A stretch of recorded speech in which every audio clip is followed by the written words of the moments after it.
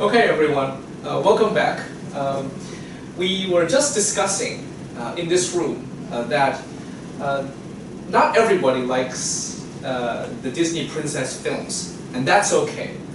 However, for those of you who do, and for those of you who are not so familiar but want to know a little more, I think that there's a lot to know, there's a lot to think about and consider.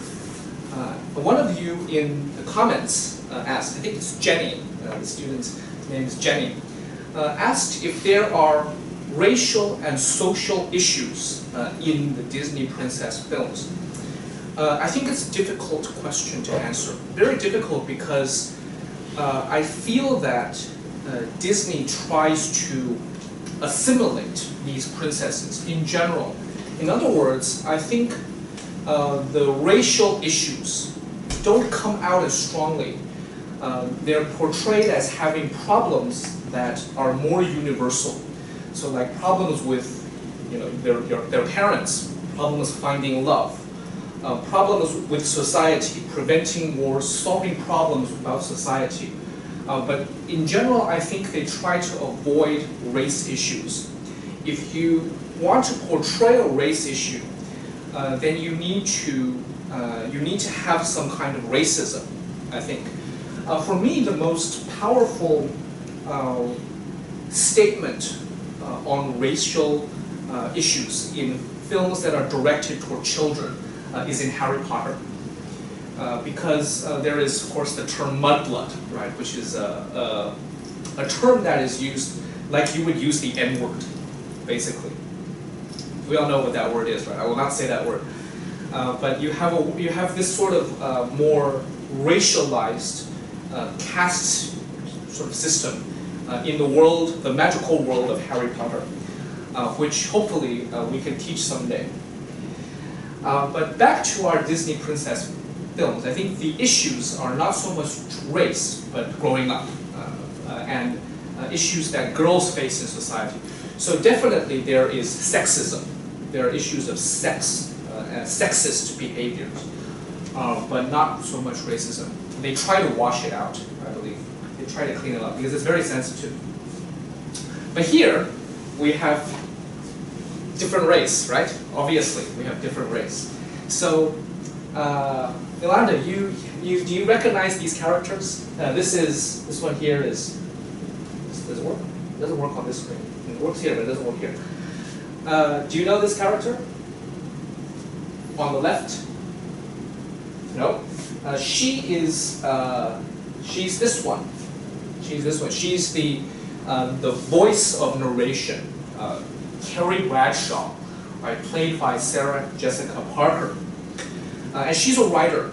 And she writes a column, and she writes books, right? And her books deal with modern relationships in the city. Incidentally, the city is an important setting. You will notice that the Disney princess films don't take place in cities because there's something very modern about cities. And this kind of city life and how humans interact and behave in cities is very interesting to think about. But the Disney princess films, they normally take place in castles, in the woods, or in villages. And even if there is mentioning of a city, a lot of the film takes place, in wilderness, right? In parts of the world that are less controlled by strict social rules, and where people don't live so closely, and life is not so fast-paced. Okay, so this is Carrie Bradshaw, who is the writer and the main voice of narration. And this little girl's name is Lily. I want to mention her name because that's my fiance's name too. And Lily is the adopted daughter of this woman here. Her name is, I believe I forgot. Suddenly I'm drawing a blank. What is her name? Charlotte, right? Her name is Charlotte. And she's considered more conventional, more traditional.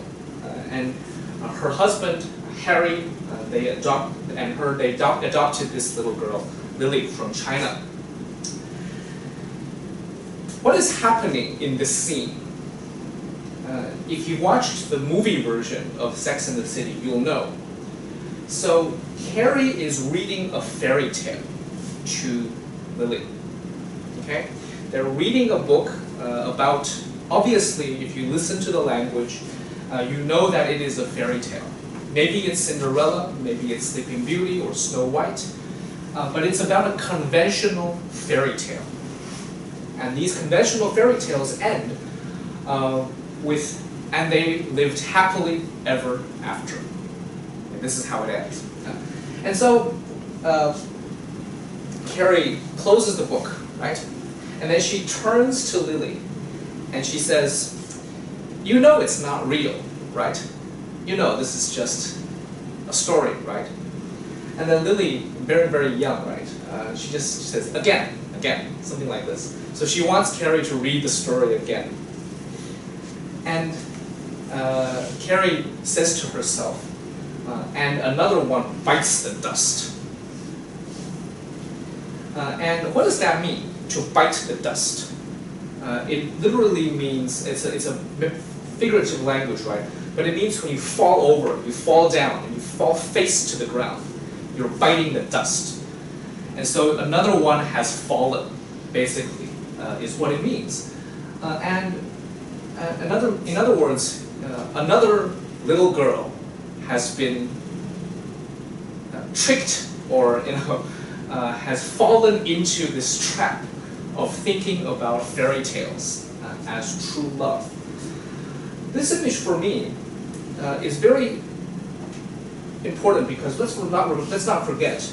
Remember, Lily was adopted from China, okay, in the setting of the story, but she is being taught Western ideas. She is being given an idea of how a girl should act and behave in Chinese culture. Sorry, in Western culture, not Chinese culture. And so therefore, she will grow up. She will be raised, I think in some ways, thinking she is white, or wanting to be white, or acting like she's white in conventional terms. And maybe there is a problem there. Maybe there is a problem worth thinking about. We have to ask ourselves, what does it mean to be a modern woman? You in the audience, whoever's watching, please think about this question. All of you here, think about it too. What does it mean to be 现代女性? What kind of image comes to your mind? I think the first image is not a Disney princess, right? The image is probably something closer to Sex and the City. Living in the city, having a career, but also wanting a relationship. You imagine the modern woman, at least from what I can imagine and understand, modern women have to be good at everything, actually. They have a tough time, right? They have to look beautiful, they have to be tough, they have to have good working abilities, but they also should have a family. They can't be single forever. And I think that's a really, really high standard. We should all think about this. I think society places a tougher standard on women and a more unfair standard on women in many ways. We are recording this today. Today is April 29th, right? If you're watching this in future times, this is the time when I think one of the most important news in Taiwan society is the suicide of a very young female author. And we can think about this young woman, what she represents, and the struggles she had to deal with from society. If she were a boy or a man, would it be different? It's worth our consideration. Very heavy topic. Disney princesses shouldn't be so heavy. One of the things that I really like to do when I'm teaching the princess tradition is to examine the films through the music, through the songs. And the reason this is important is because songs give us an opportunity to examine things that the characters would not actually say to other characters. Okay, a lot of times in the films, when they sing, when the characters sing, there is the feeling that they are expressing something to the audience that maybe the people around them don't really know.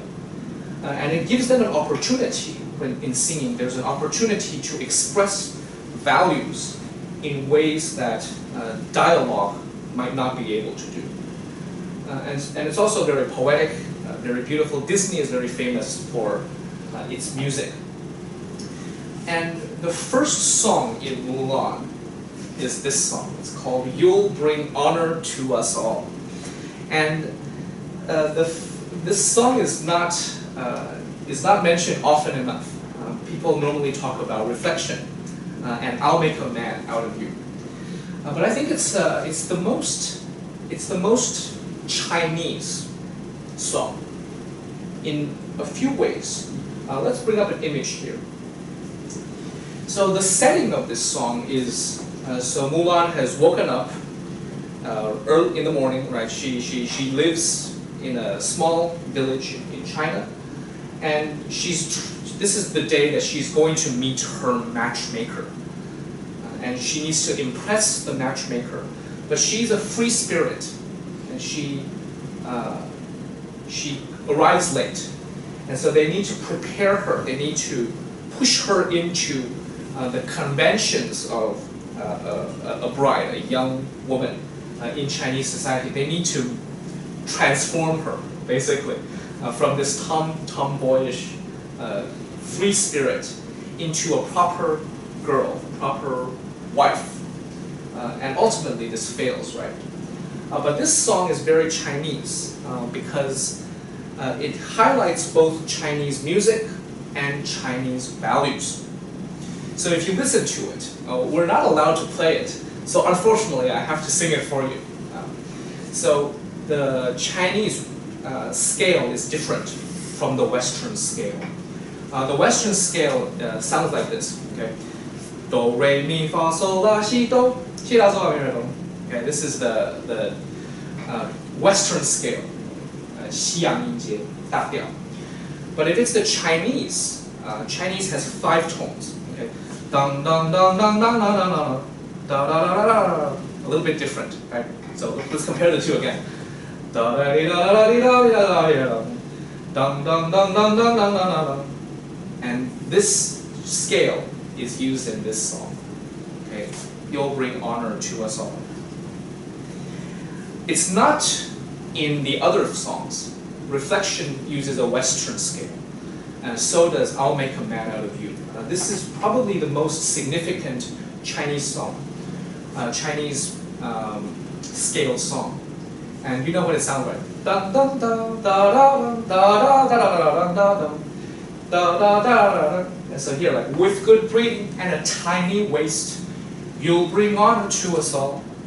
And there is a part where she walks through the village and sort of reflects on, and you can see this Chinese society, how they operate, what do they talk about. And so it really shows, it shows a snapshot, and I think I believe it's an accurate snapshot of Chinese culture. So she gets ready, right? She gets bathed. She has to put on very heavy makeup, right? This white makeup, there are some lines in this song that tell us about Chinese culture, very conventional Chinese culture. For instance, this one here, this says, "with good breeding and a tiny waist." That's sexist, right? That's sexist. There's a way that she should look, right? A girl should look to be attractive, which is actually very uncomfortable. We have this in Western culture too, right? It's called a corset. But then there are other lines, right? For instance, the crowd sings together. They sing, "We all must serve our emperor, who guards us from the Huns." a man, right, a boy, by bearing arms, like for fighting for their country, and a girl by bearing sons. Think about that for a moment. Okay, so men have to pick up a weapon and go out and defend their country. Of course, they all need to obey the emperor, which is a male figure, right? And also, girls, their responsibility in society is to bear sons. That's their function in society. I'm not sure how that makes you feel, but as a young girl, if you are watching this film, or as a very young child, you might internalize this and think that my goal in life is I need to have a son. And actually, this is not a dead issue. This is not like, oh, in an animation film or in ancient Chinese society. There are young women, there are girls in our society today, right now, who have pressure to bear sons. Maybe they have 3 daughters, but their in-laws pressure them to have a son. Is that okay? Is that something that we want in our society? So there are issues that we should think about, that we should talk about, and there are issues that we have to confront, about ourselves. Now, ultimately, Mulan, what happens to her is that she completely screws up this interview, right? It's a little bit like a job interview, and everything goes wrong, right? This matchmaker was presented as this kind of, arrogant, very nasty woman. She throws Mulan out, right? So, you will never bring honor to your family. And, in a kind of very sad moment, but also kind of funny because her makeup is all messed up. And I think that is the central issue here. Our society, ethnic Chinese society, is portrayed as a society that wants honor. 注重荣誉, wants honor. Students in the audience or watching, do you think that's true? Are we a society still that emphasizes honor more than Western society? That in Chinese society, this is what's important, that you bring honor to your family. Yes or no? Personally, I can't speak for everyone, but personally, I think so. Certainly, I think my parents say things like 面子, 或者是不要丢我的脸. They say these things, I think, more often than my Western friends. There is an emphasis on family, on what the family looks like as a whole to other people. Right? If you do something, it disgraces me. Right? And the word disgrace is used in the film, or dishonor is used in the film. And would you say, I think, students, that this is the central idea of Chinese society?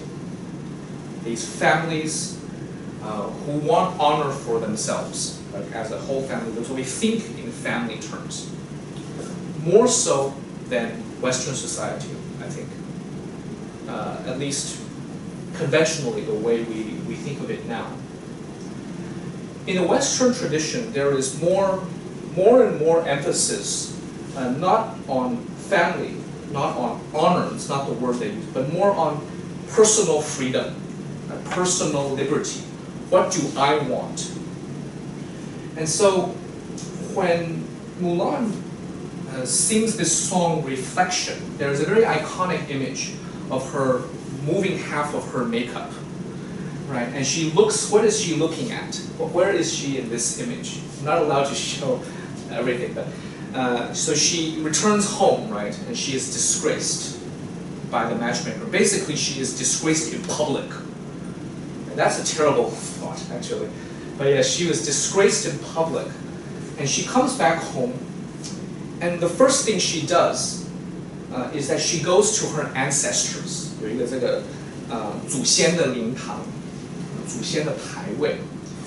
And then she goes and she kneels and she in a very, I think, a very, very touching moment, she kneels down, 磕头, and then she wipes off half her makeup.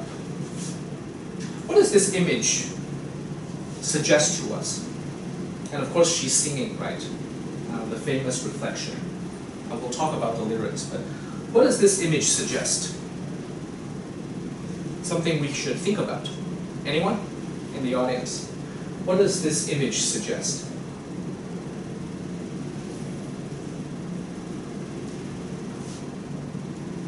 Anyone?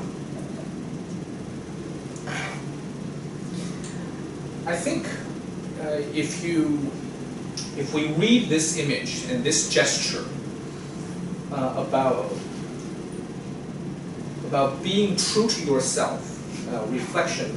This is the first reflection that she had, and this happens actually earlier in the song. You'll bring honor to us all. There's a part where there's a mirror, yeah, and Mulan sort of doesn't like the way she looks, so she adjusts it a little bit. But here, she is saying that this is the self. There's a split self. This is the self that society wants me to be. This is the part of me that conforms to society, that wants society's approval. But it's not the real me. It's just makeup, right? It's just a face that I put on. This is the real self. Okay? This is the real self. And she does this in front of her ancestors. And it's a very, it's a moment where really we all have to decide in our lives.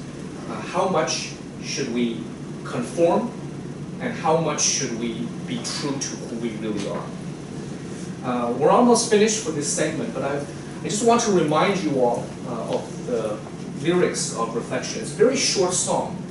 Reflection starts by saying, look at me. Okay? I will never pass for a perfect bride or a perfect daughter. Can it be? I'm not meant to play this part. Okay? Now I see that if I were truly to be myself, I would break my family's heart. Okay? And then the famous chorus, who is that girl I see, staring straight back at me? Why is my reflection someone I don't know? Somehow I cannot hide who I am, though I've tried. When will my reflection show who I am inside? And this film tries to answer this in a way that is like a fairy tale. But actually, in society, we all have to ask ourselves this question. And so, with this in mind, we will talk about the latter parts of Mulan, where she saves China when we get back in 5 minutes. Thank you all very much.